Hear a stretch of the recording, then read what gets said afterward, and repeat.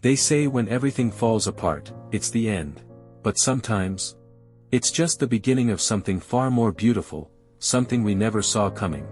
This is the story of a man who lost everything in a single night. And somehow found his true life in the ruins. In a quiet mountain town, lived a man named Ezra.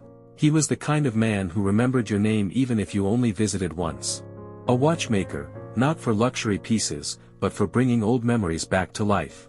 He lived simply. Alone. With a warm fireplace, and peace in his heart. Until one night, a fire. It started next door.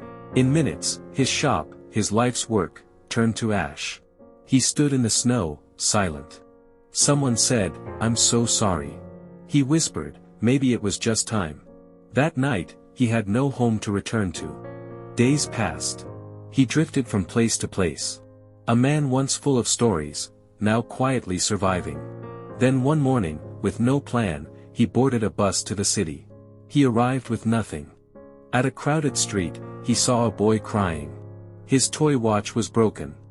Ezra sat beside him, took a pin from his coat, and fixed it with a coin. It ticked again. The boy's father watched. "You did that without tools?" Ezra nodded. "I run a design firm," the man said. "We've been looking for someone like you." Ezra blinked. Unsure. Then softly replied, "Maybe, it's time." He started again.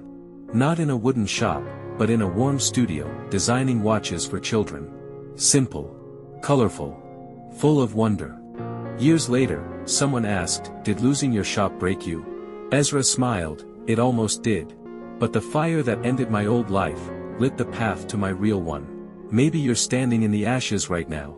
And it hurts. But please, hold on. Sometimes what feels like the worst day of your life, is the day everything starts to change. Even in the darkest moments. There's a spark waiting to find you."